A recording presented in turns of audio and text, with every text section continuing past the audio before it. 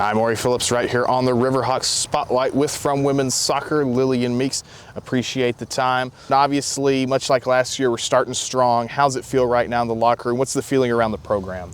Right now, we're still in a big growing season.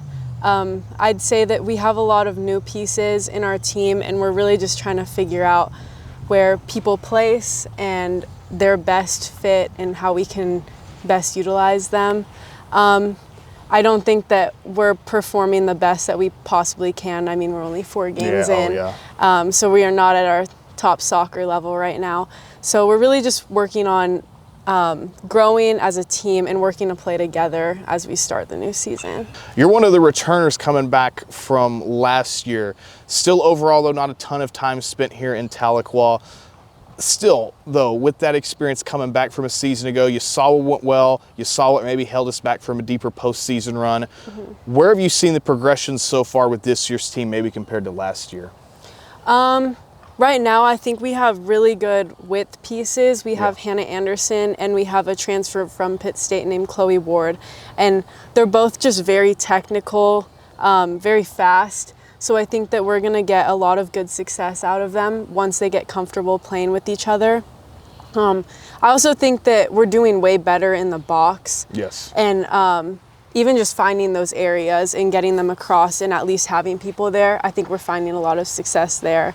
But yeah, we'll keep finding more as the season goes on. Definitely. An MIAA schedule will be here before you know it. I know we'll be back here September 21st for a non-conference conference match against Missouri Southern. And then after that, you know, Central Missouri, they're one of the best in the league. And we'll get them right here in the Quah. So one more question for you before we move on to rapid fire round. Where have you seen progressions from yourself as a player compared to maybe a year ago? I know we talked broad terms with the team, but how have you seen improvements? So last year was my first year really playing a 3-back system. I've always played 4 at my other clubs. And so I think that was a really big adjustment for me. And specifically just playing more direct out of there because we're matched up 1v1 in the back. And so I think that I found a lot of success and just a lot of progression in being able to clear the ball and finding it in higher spaces into at least one of the pillars up there. Definitely. So go ahead and now move on to the rapid fire round. Are you familiar with that? I think so. So I'll just ask quick questions. You give quick answers. We'll have a few of them for you. Are you ready? Yeah, I think so. All right. We'll keep it simple to start. I ask this to a lot of folks just to begin with. Break the ice. Favorite pregame meal? Ooh. I would say, I don't know, we go to a lot of sandwich places, but I really like the 1 o'clock games because I can get a big breakfast in. So I think my favorite pregame meal would be a bagel with peanut butter and then eggs and some sort of fruit like strawberries and blueberries. But that's like my ideal, I think. There you go. That sounds pretty good to me. All right. Favorite pregame pump-up song?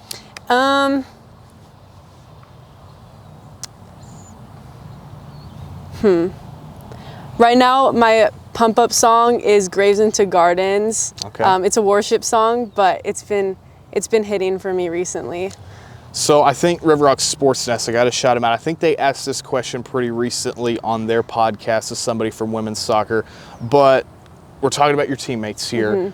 Who are you not passing the aux to? Anybody in that locker room? I think they might have said Chase, which is or Jake, which I think is a little bit of a cop-out. So we'll go among your own teammates. Who are you not passing the aux to? Let me think about this one.